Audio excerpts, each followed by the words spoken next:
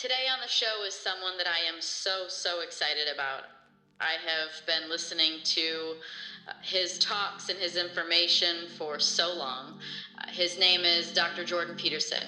He's a professor of psychology, a clinical psychologist, and author of best-selling books 12 Rules for Life, An Antidote to Chaos, and now he has Beyond Order, 12 More Rules for Life.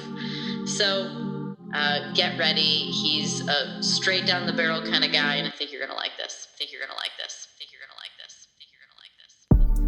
A story is about going from where you are to somewhere better, usually,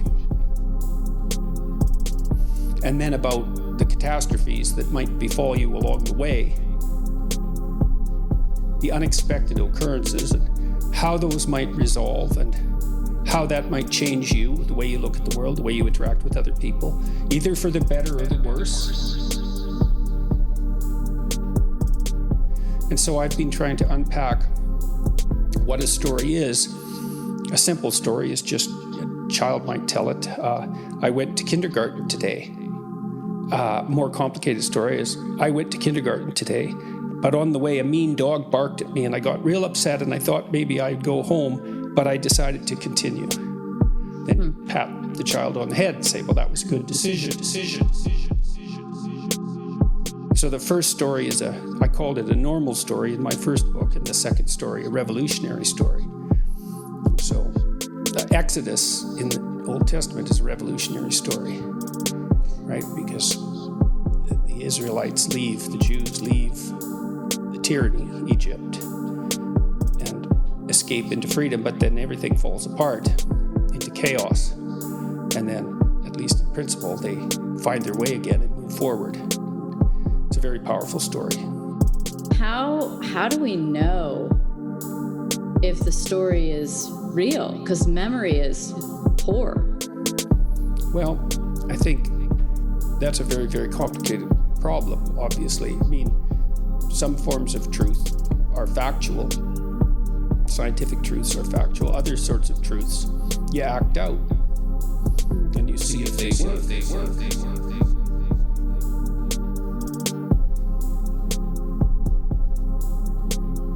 Part of what Christianity is a discussion about what constitutes the ideal that we should all act out, and that unites us around that ideal. And it also structures our expectations, because we're disappointed in ourselves and in other people whenever we don't manifest that ideal. Right? Your conscience bothers you. You feel guilty. You feel ashamed because you're not putting forward your ideal self. That ideal, people have been trying to sort out what that ideal is for a very long time.